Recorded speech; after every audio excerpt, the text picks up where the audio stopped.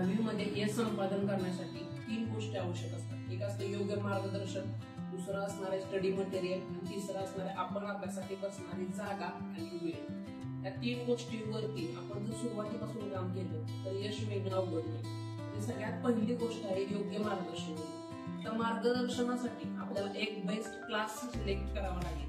त्या class select करत असताना त्या ठिकाणी असणाऱ्या शिक्षकांचं टीचिंग बघणं तेवढंच गरजेचं आहे। त्याचबरोबर ते कोणते मटेरियल यूज करतात हेही बघणं आपल्याला आवश्यक आहे। तिसरी गोष्ट महत्वाची म्हणजे त्यामध्ये असणारी की त्यामध्ये विषय शिकवले जातात। म्हणजे फॉर एक्झाम्पल आपण बघायला तर सायन्स, तर सायन्स शिकवत असताना त्या ठिकाणी प्रॅक्टिकल घेतले जातात का, किंवा त्या प्रॅक्टिकल गोष्टी त्या व्यवस्थित करून घेतल्या जातात हे बघणं गरजेचं आहे। त्याचबरोबर असणारा इतिहास असेल, भूगोल असेल, त्या संदर्भात असणाऱ्या गोष्टी त्या विद्यार्थ्यांना दाखवल्या जातात का हे बघणं गरजेचं आहे। कारण आजचं युग हे स्पर्धेचं युग झालेलं आहे। या ठिकाणी फक्त पाठांतर करून गोष्टी होणार नाही, तर प्रॅक्टिकली ही गोष्टी मुलांना समजणं गरजेचं असणार आहे। दुसरी गोष्ट असणार आहे त्यामध्ये की स्टडी मटेरियल, तो आपला विद्यार्थी कोणतं स्टडी मटेरियल यूज करतो हे गरजेचं असणार आहे। आणि तिसरी गोष्ट आहे ती म्हणजे अभ्यासाची जागा आणि वेळ।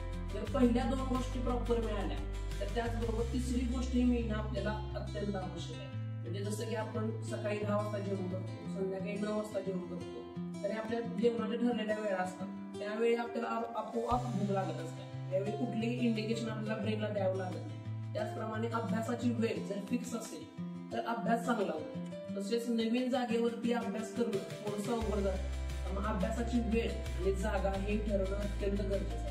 या 3 गोष्टींवरती जर सुरुवातीपासून जर आपण काम करत गेलो तर यश मिळवणं काही अवघड नाही।